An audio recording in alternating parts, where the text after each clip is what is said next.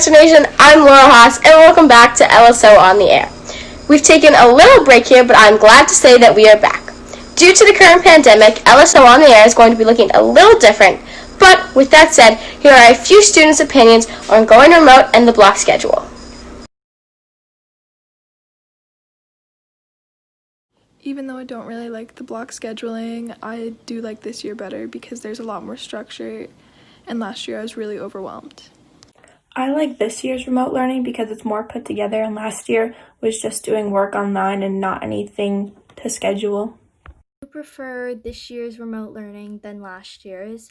I feel that I'm actually getting stuff out of this year, being on a Google Meet and having the opportunity to be in front of my teacher, unlike last year where I feel the teachers didn't teach us anything.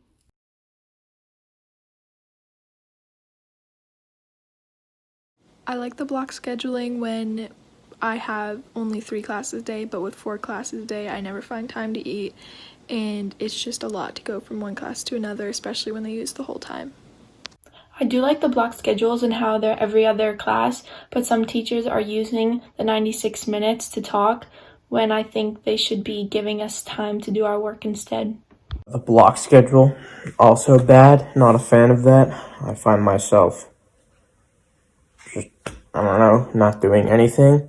Block schedule's too much time for one class. I mean, it's hard enough to pay attention for 54 minutes. Now we're doing 90. I do not like the block scheduling. I wish we just did our regular schedule. I feel that my schedule is not a great fit for me.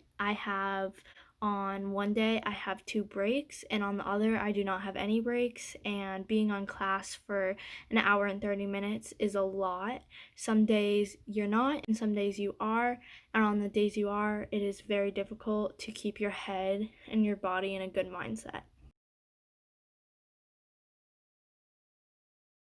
I do think most teachers are being reasonable and understanding with the workload and time spent on the Google Meets, but there are some teachers of mine who have taken up the whole class on Google Meets, and it's only note-taking, which can be really frustrating because then they also give you classwork and homework, but no class time to finish classwork. Some teachers are being very reasonable. It's very nice, enjoyable in their classes. Some teachers, on the other hand, absolutely terrible. They think they I don't know, just can do whatever. Tests are extremely hard to take online. I think we're getting a fair amount of schoolwork for remote learning, but some teachers are using the full 96 minutes on Google Meet just to talk.